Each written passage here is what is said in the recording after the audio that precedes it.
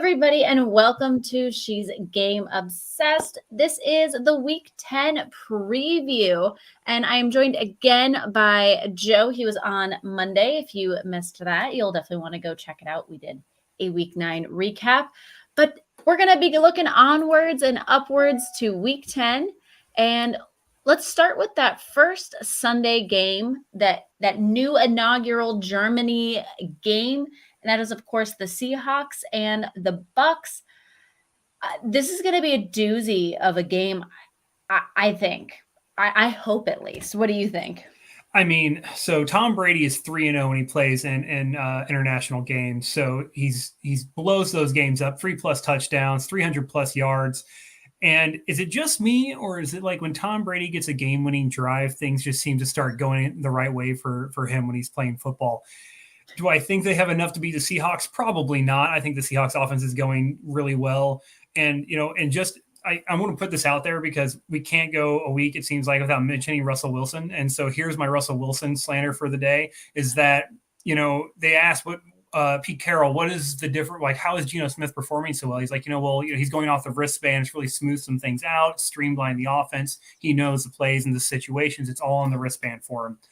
Well, Russell Wilson apparently took that as a shot because he had to come out and say, like, pretty sure I won quite a few games there without having a wristband on. And now it's like everyone's commenting. I don't know if you've seen this, but like people are blowing it way out of proportions. People are like, oh, the reason Russell Wilson is in Seattle anymore is because Pete Carroll got tired of his crap. He got tired of his shenanigans. Yeah. And now it's just a whole thing, right? Like Russell, it was not a shot at Russell, but Russell took it that way because Geno's like doing really well and he's doing absolutely terrible. But yeah. I'm pretty sure I have found a way to try to block all Broncos content from ever showing up on any of my social medias. I too, I'm looking at the Seahawks to take this. I just think exactly to the point. I think Tom Brady's mad and we're seeing that slow, it's going to be a slow comeback, I guess is the word I would use on this.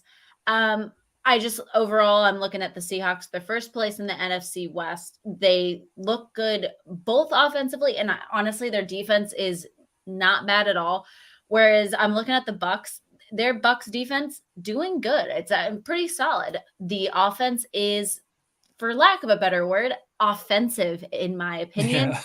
Yeah. So I'm expecting Brady to do Brady things, be Brady.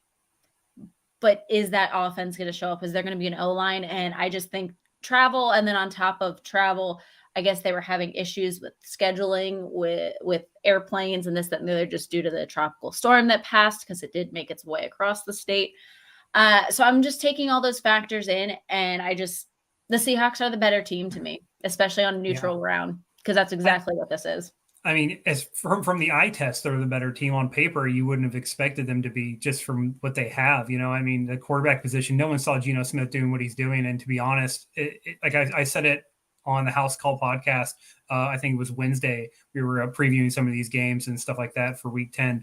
Mm-hmm. And I was like, if this is the Geno Smith that existed the entire time, and realistically all he needed was a good structure and a good culture around him, how bad do the Jets and all these other teams have to feel who passed on Geno Smith or couldn't give him the structure and the things that he needed to be this guy? But that's my favorite. That's one of my favorite things ever about the NFL, is specifically when players leave a regime, go to another regime, and they're amazing.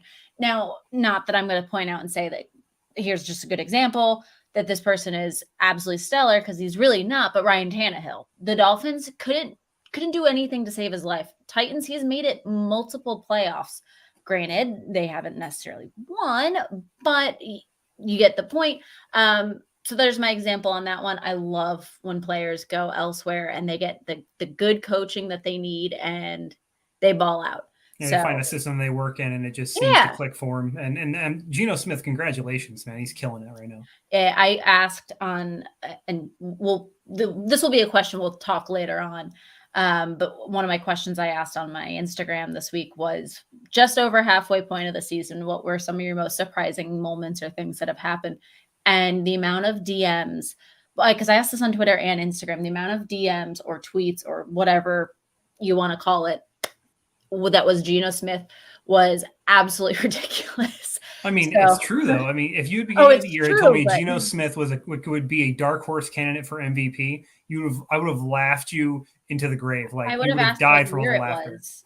Yeah, like there's no one thought that Geno Smith was going to do the things he's doing, and he's absolutely destroying right now. I just can't believe it. It still And then, blows my mind mind. you, Geno Smith, who played for the Jets, which is an AFC East rival to the Patriots, who has seen Tom Brady, the potential chance for Geno Smith to beat Tom Brady in another division Another conference is uniform, going to all this be, stuff.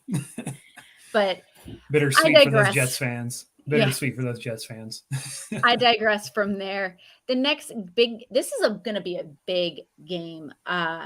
It's definitely high up on my radar. I don't know what to think. I'm picking one team over the other for the sake of the podcast, but who knows, by Sunday I might change my mind, and that is the Vikings at the Bills. We're looking at Josh Allen, who's struggling with his elbow.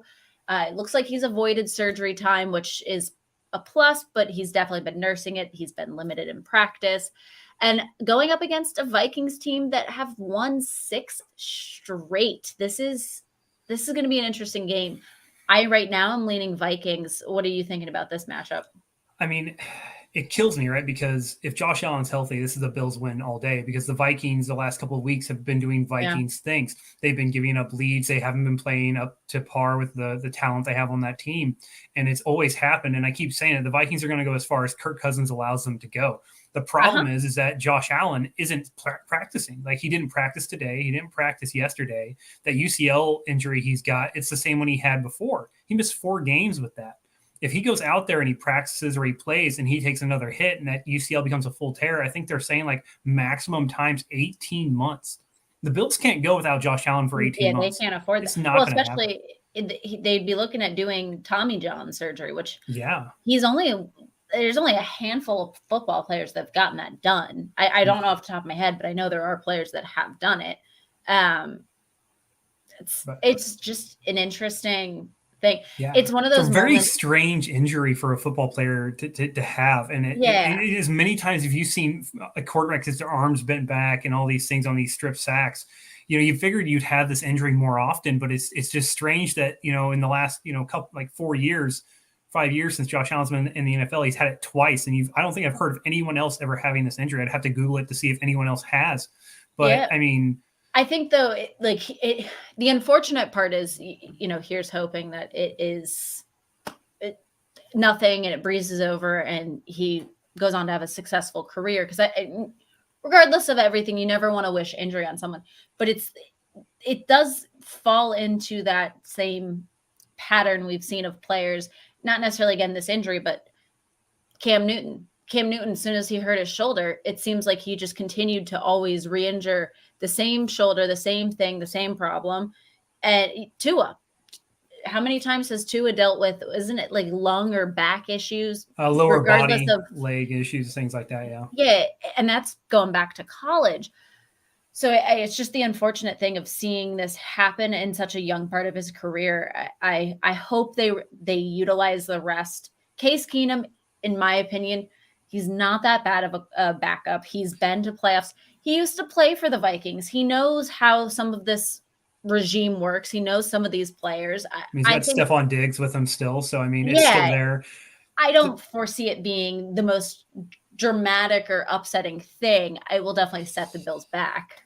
I mean, the biggest thing you have to remember is the Bills have scored 28 touchdowns. I think it is this year, right? Of those 28, Josh Allen accounts for 25, whether it's rushing or throwing the football. Yeah, but so again, they need Josh Allen. I'm not putting it out there. It's not a Tyler Heineke situation. It's not the Commanders where I like the backup better than the starter. Yeah, it's just. Case Keenum is serviceable. The problem is that offensive scheme, the way that they're able to run an offense with Josh Allen, that's not going to be what Case Keenum can do. He can't do the things that Josh Allen can do. No, and it's going to be very interesting to see what they put out on the field as an offense if it's Case Keenum. I guess I'm also not that worried. I mentioned this on one of the House Call podcasts. We were talking about this, and I had mentioned about Case Keenum. On top of Stephon Diggs, we also have to look at the fact that if you watch videos of practice days and that Case Keenum does have a great relationship with the guys on the field. And that's huge. And that's why again, not wishing, not hoping that this happens to the Bills. I would love to see them go on and have this cool, long underdog story to finally making their way to success.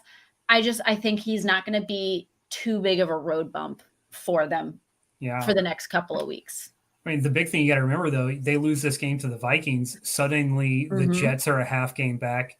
The Patriots are a game and a half back. The Dolphins are a half. And if the Dolphins win, essentially, they own the tiebreaker. The Dolphins suddenly have control of that division tied with the Bills. So you go from essentially complete control of a division to everybody in the division's got a shot. And that's not the situation the Bills want to be in.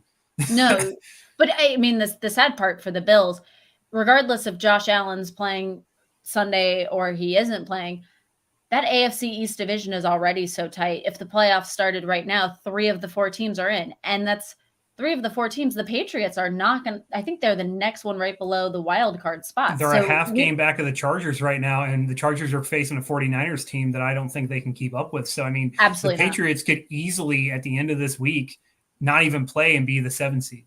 Yeah, and then there we go. We have 4 teams in from one division in the playoffs. So I think if I'm the Bills, regardless of the Josh Allen injury, they should definitely be concerned knowing how close their division rivals are. But going on into the next game, because we did bring up a division rival of the Bills, the Dolphins are at home facing a Browns team, which this seems like this should be a no-brainer. And I am still picking the Dolphins to win this game.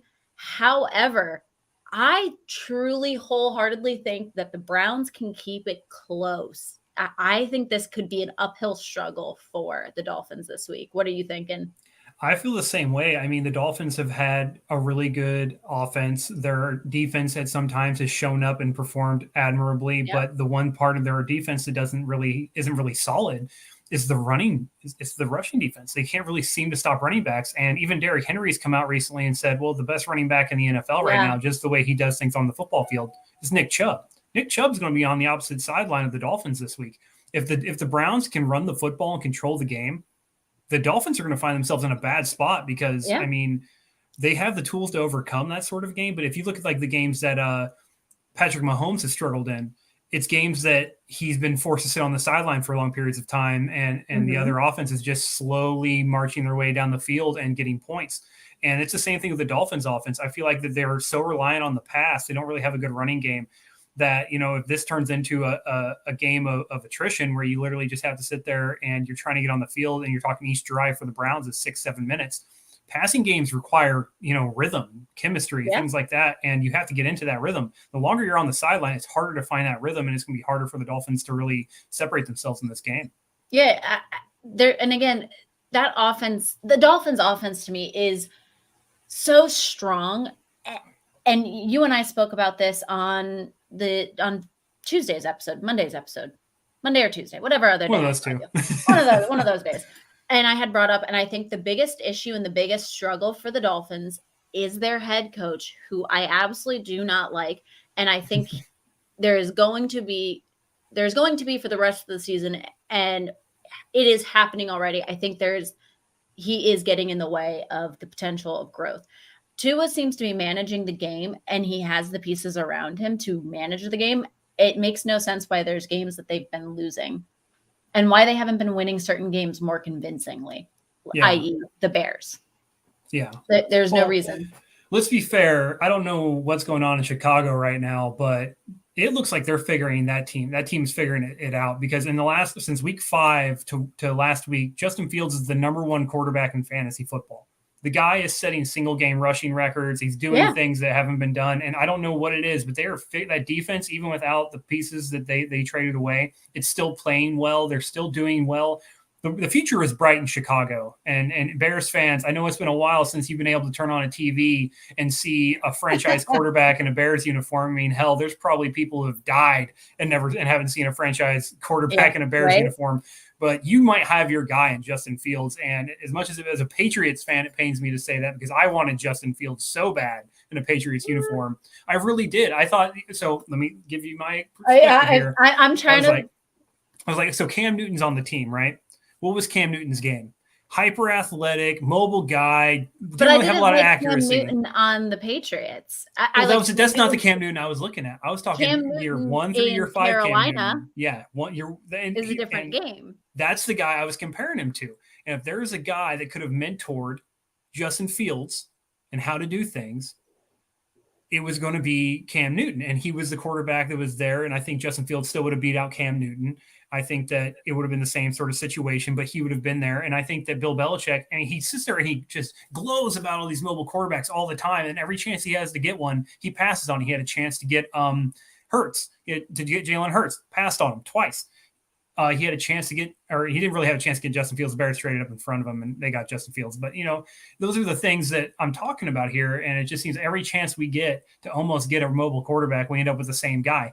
Not that I don't love Mac Jones and the things he did in his rookie year and everything else, but I just thought that Justin Fields in a Patriots uniform would have been so great. And Bears fans, like I said, consider yourself lucky because it looks like you finally got the guy who can carry your franchise for the next 10 years. If he stays healthy.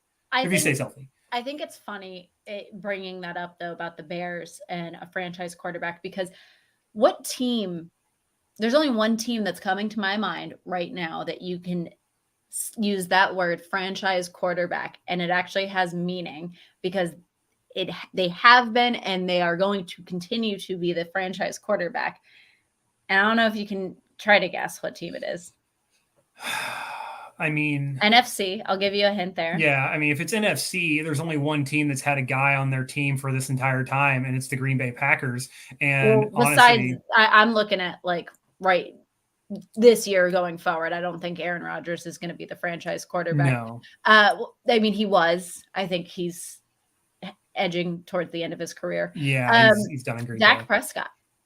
As of right now, he's the only player. He's been on the Cowboys team for 7 seasons now. I mean, he's been there about as long as Kirk Cousins has been with the Vikings, right? Yeah, right. So that's why for me that it's just such a weird word because it seems like quarterbacks are moving around so much. They're cut, they're this, they're that. And Dak seems to be the only really one consistent quarterback for teams right now. I mean, to be fair, you're not wrong. If he's going to be there next year too, I'd almost guarantee it, so. But back to the Browns going into Miami. Again, I said in the beginning, I'm going to pick teams for the sake of the podcast today. Comes Sunday when I put out my Sunday morning picks, it might change. But in this moment, the Browns traveling doesn't do anything for me. The Dolphins being home does a lot more. But exactly to your point, if the defense can control control Nick Chubb and keep the ball into his hands, they definitely win the game. Oh, they dominate this game. Well, we were just speaking about them a lot. We're just doing some good transitions from game to game to game. Revenge game. Mike McCarthy is probably so excited because he's definitely going into this, has the better team on paper, the better team on the field. The Cowboys in Lambeau taking on Aaron Rodgers. And my first initial quick thought is DeMarcus Lawrence and Micah Parsons are going to have a field day on Aaron Rodgers and that horrible offensive line. What are you thinking? If the Cowboys don't win this game by 20, I don't know what the NFL is anymore. The Packers aren't good. There's nothing about the Packers team, and I've been saying it for weeks. All right, I wish we've heard your yes. Go watch any of since week 4 till now. I've picked the Packers to lose every single game, and the only one I didn't pick them to lose was against the Lions, and I hated myself for it the entire week. And I was like, I should have picked the Lions. And then what happens? They go out and they lose to the Lions, and I'm like, see, I should have picked the Lions. I'm picking 15-9. Also, what an eventful game. Yeah, it was there's no reason, right? And so now they're going up against a Cowboys defense that's just significantly better than the Lions defense they just lost to. And a Cowboys offense that is significantly better than the Lions offense they just lost to. And I don't care if the Packers are playing at home on the moon, neutral site, does not matter. There's nothing they can do to win this game. It's not going to happen. My only question, so again, I'm not going against it. I completely agree. The Cowboys are walking away with the victory. And exactly to your point is if they don't, the Cowboys should absolutely be ashamed of themselves. And they Absolutely. deserve to win no more games the rest of the McCarthy season. McCarthy took mercy on Aaron Rodgers if the Cowboys lose this game. That's all I'm saying. Yes. So my question is, do you think this is on top of the fact that on paper the Cowboys are the better team? Do you think Mike McCarthy knows how to is still reminiscent of knowing how to absolutely shut down Aaron Rodgers and knows what his weaknesses are? Like that's the other thing. Like this guy knows his weaknesses.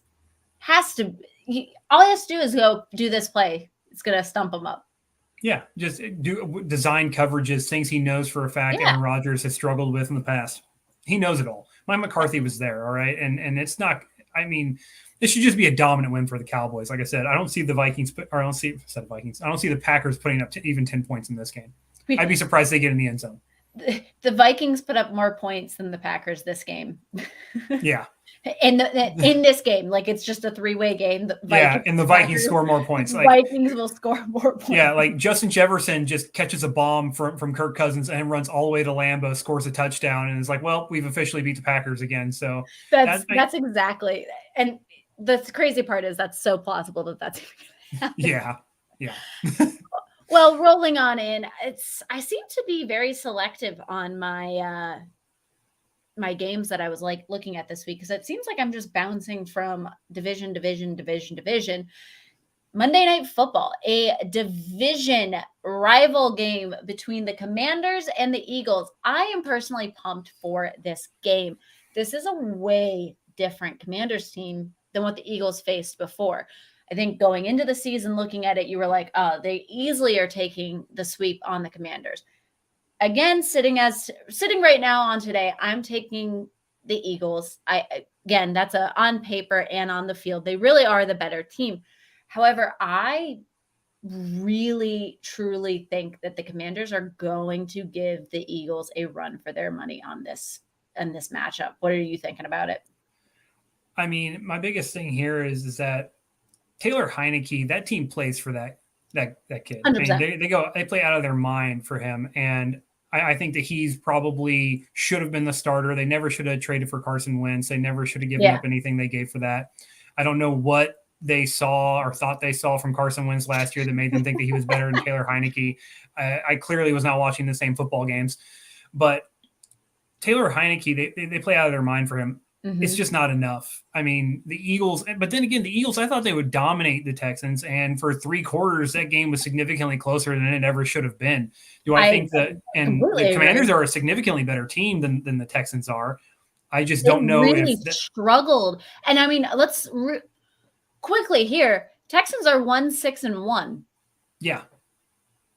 The Eagles struggled horribly against the team that's getting the number 1 overall draft pick. Yeah. I know that I'm also the type of person that I say I don't like to look back on previous games to try to measure moving forward games because it's any given Sunday. But that was reminiscent. It really was reminiscent of the Jaguars absolutely shutting out for an entire half the Eagles. Why are the Jaguars shutting out an undefeated team? That should not be happening. So there's clearly massive holes on that offense. And I don't know why the Jaguars and the Texans are the 2 teams that have been able to seek that out. I think the Commanders are plenty capable of seeking out those holes as well. I think this is going to be an interesting dogfight. I mean, the Jaguars defense has some studs on it and that are some sideline to sideline type of guys. And maybe that's the teams that the Eagles just don't match up against because Jalen Hurts can't get on the move. They don't get the running game going well, which doesn't open up the play action pass. Or maybe it's something like that. But like you said, the Commanders, they got some studs on that defense too. And that offense, there's some studs there. I mean, Curtis Samuel's looking like himself again. Scary Terry's starting to pop. And isn't Chase Young, I want to say, he's back. Yeah. If I remember correctly, he's playing. So, I mean, I don't know why off the top of my head I didn't think he was. I mean, I know I haven't actually seen enough of him. I don't even know if he's actually playing this game. I want to say he is. Yeah, let's quickly go to the Googles and see if he is playing. Because, I mean, I think that this game, it has all the makings of a divisional upset. But at the same time, if there's a game the Eagles are going to show up for, it's against a division rival. And I just feel like, they may have walked into that Texans and Jaguars games thinking like, we're going to mop these guys. and suddenly they weren't. And it was like, oh, maybe we have a problem. We need to actually step our game up. I just don't see them having that problem with the Commanders because there's nothing better than taking a division rival and just making sure they stay at the bottom. So, yeah, Chase Young does not look like he is playing just yet. Damn. He's on the verge of being activated. I think the second he comes back, that defense is going to completely change. That's what I've just been hearing. He's like close to coming back. That's probably why my brain was like, oh, he's playing. I mean, I did make the bold prediction that all 4 of those teams would make the playoffs. That was my bold pick. The NFC East is the NFC and AFC East both have, again, playoffs start right now. 3 of the 4 teams are in the playoffs. And again, the Commanders, they're not like the Patriots where they're knocking on the door, but they're getting very close to have that chance. They just keep showing up like they have been. I think it could be right in it. It's plausible. Yeah, really possible. So, question I proposed earlier, we're going into week 10. We just got that halfway mark over. What is, besides Geno Smith, because that was the most talked about, tweeted about answer I got, what is your absolute biggest shock and surprise this season? I mean, it's so hard, right? And it's like the AFC West being what it is probably one of the biggest shocks to me. Yeah. Because you have some of the most talented teams in that division, and outside of the Chiefs, who have looked human multiple times this year. Normal. Yeah. No one else is doing anything. I mean, the Raiders are probably 1 or 2 more L's away from firing their head coach. Russell Wilson is getting in tweet and Instagram arguments with his ex in Seattle, and that's really the only thing he's doing. The Chargers can't put a healthy offense out on the field, and their defense has looked absolutely terrible. And even before J.C. Jackson went down, he wasn't doing very well at all. And everyone thought that defense was going to be a top 10 defense. I drafted them in fantasy. Yeah, I mean, I honestly, so I think between how poorly the AFC West has performed, and then just that and Geno Smith, man, or Brian Daboll. Who would have thought Brian Daboll would go into New York and suddenly be coach of the year candidate and have them be 6-2? Yeah, I got the next. So the most was Geno Smith. The next most was, and people collectively, the Jets and the Giants. And I don't know what they're putting in the water in the Meadowlands, but it's working right now. I agree. I did not expect that from either team. I'm curious. Like, I hope they can keep it up. I was tweeting last night with somebody. They made a comment to me. They said the Jets and Giants. And I said, I'm so happy for the Jets. Again, I'm a Patriots fan. You're a Patriots fan, but I think you also love the sport of football as much as I do. So you can respect the point of, I'm so happy. Like, I'm so happy to be living through a season of football where that AFC East division is actually competitive for once. And it's not just like, okay, we know what's going to happen. We know who's going to win what game. Yeah. These games have been completely sideways and so much fun to watch. I mean, absolutely. And the Jets, as a Patriots fan, it's going to be interesting because they're both on a bye week this week. They come out, they face each other in Foxborough, and essentially the winner of that game, they'll be tied. Yeah. Because they'll both be 6. Like, if the Patriots win that game, they'll be tied, or the Jets will be up on them. And the big thing is, the Patriots would be going for a sweep. Didn't they meet just a couple weeks ago? Yeah, and the Patriots would be going for the sweep. So, and it'd be the 14th consecutive loss the Jets have had to the Patriots. And what's crazy is, could you imagine the Jets if they go out, they beat Buffalo, go into their bye week riding high, and then come out and lose to the Patriots? The most dismal Patriots team I've seen since 2002. I mean, absolutely would blow my mind. I don't understand. And this is one of those NFL seasons where you're like, you can believe it, because I mean, the Bills, some of the Bills' losses, you think about them. Yeah. Miami without Tua, the Jets, after the Jets just got beat by the Patriots, and the Patriots are like, oh, if the Patriots and the Bills met, the Bills would wipe them off the field, and then the Jets come out there and they beat the Bills, and you're like, okay, how does that happen? And it's just been a crazy season. And absolutely. And I'm so thankful. I've been personally myself covering football as a whole, but sports just even in general for about the last 4 years. This has been I've obviously been watching football for my whole life, but this season, hands down, I was even just sitting the other day trying to think like what other season was absolutely like I enjoyed watching. There hasn't been a single other season that like came to my head. This season has been insane, has been so captivating in the NFC, in the AFC, every single game. And even if it's a game that's supposed to be a snooze fest, there's some way somehow that game was interesting because the team that was supposed to win ended up losing, and it was in some crazy stupid fashion. Yeah, it's crazy to think that like because there's been seasons like for a team I've been really excited Yeah. for, like really enjoyed, but like for the entire league to just be so it's just Polarizing. turmoil. It's turmoil. It's completely lopsided. It's swinging back. It's just there's no consistency. Every weekend brings some sort of new, just mind-blowing thing to happen. I mean, who would have thought? Like I said, the Justin Fields setting the single game record thing with how that offense looked the first 4 weeks. No one saw that coming. All right, no one thought the Bears would be anything. The only thing everyone thought after they saw the Bears the first 4 weeks, outside of that win against a San Francisco team that clearly drafted the wrong quarterback, they didn't do much. And now it's like suddenly they face the Patriots, and then it was like it clicked for them, and all of a sudden they just know what they're doing now. I mean, they may not be winning games, but they're in them. Right. And, it's just things like that. And the Dolphins, Tyreek Hill, Jalen Waddle, top 5 in yards on the same team. Tyreek Hill maybe going for an MVP. Tua maybe an MVP candidate right now because he's doing things that the last 4 quarterbacks that do what he's doing all win the MVP. I mean, that's insane. And I don't want to knock Tua because he is having a season. He's doing so much better than I hoped and really thought he was going to do. I don't like him for MVP. I think there's so many other candidates out there that I would much rather see win the MVP over him because he is playing out of his mind football. But then there's times where he makes just some bizarre plays that are just, you're kind of like, yeah, like that football IQ isn't there for me yet to award you and say you are the MVP over the league. Yeah. I'm curious I mean, it's going to see if he continues to progress and does those things. But I mean, from where we were at on Tua, like say this preseason, right? Yeah. Last season, it was legitimate that if he doesn't do anything this year, Tua's gone.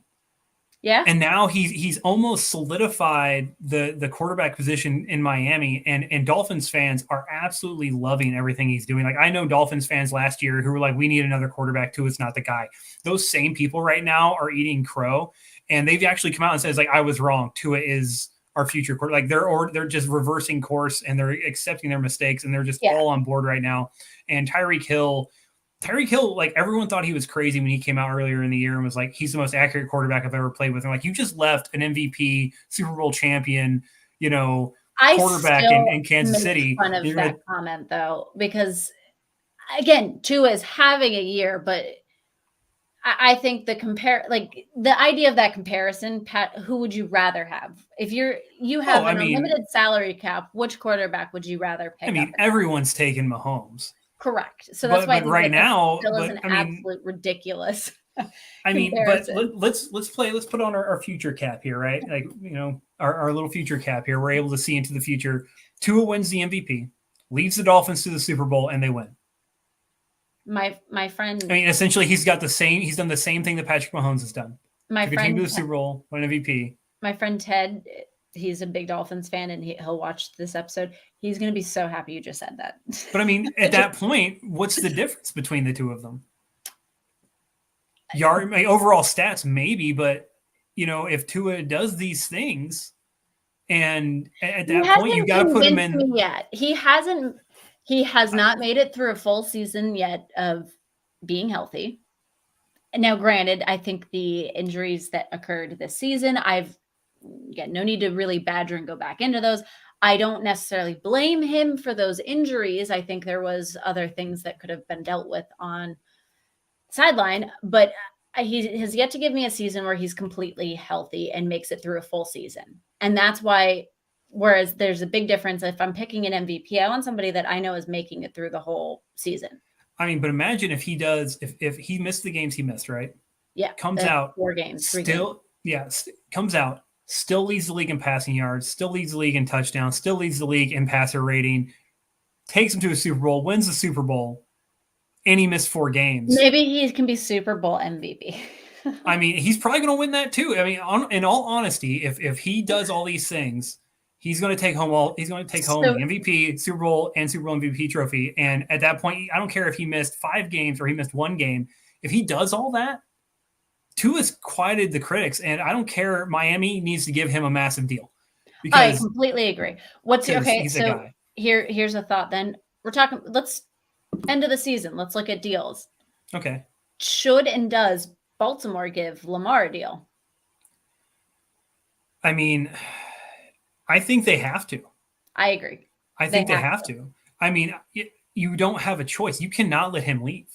He is your offense. He is the offense. Yeah, that is Lamar's offense. They love the backup McSorley. I don't know. Is it Huntley there? There's Huntley and then there's a McSorley. Yeah, McSorley. Trace McSorley. They like him. The fans love both of those backup guys. So I've heard such mixed reviews from like Baltimore fans where they're like, "Oh, get rid of Lamar and put this guy in." I don't see it like that. Lamar is the offense. Lamar is the future of that offense. And Tyler Huntley. Yeah. I mean, Tyler Huntley plays a similar game to Lamar. They're both, all 3 of them. Again, McSorley, they're all super mobile and they do a lot of those same routes and jukes and moves.